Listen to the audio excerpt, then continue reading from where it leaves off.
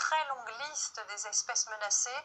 Le plus grand animal terrestre est victime du braconnage, le trafic d'animaux qui pourrait également faire disparaître les chimpanzés. Ils étaient 2 millions il y a un siècle, 150 000 aujourd'hui.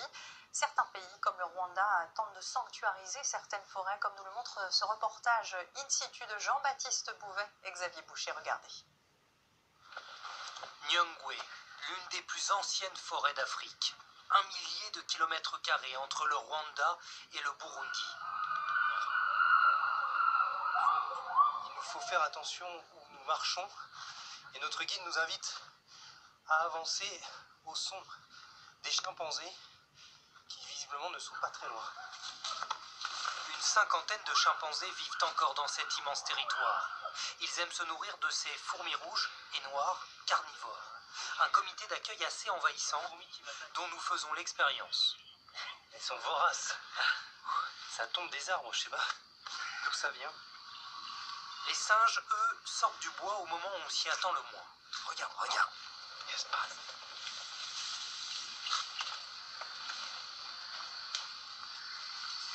Un mâle finit par prendre la pose pour le plus grand plaisir de ses visiteurs du monde entier. Pour vivre cette aventure, chacun a déboursé 85 €. C'est très cher de venir jusqu'ici. Mais en faisant ça, nous contribuons à la protection des animaux, et plus spécialement des chimpanzés. Le travail de conservation est exceptionnel ici. Et pour nous, c'est une expérience super. Du tourisme durable au secours des chimpanzés. Cette espèce de grand singe a vu sa population chuter de 90% en l'espace de 50 ans.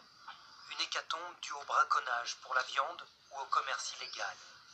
Des refuges ouvrent, comme ici dans la jungle guinéenne, où ces Français recueillent des orphelins dont les mères ont été victimes de trafic. Le trafic de chimpanzés est très préoccupant.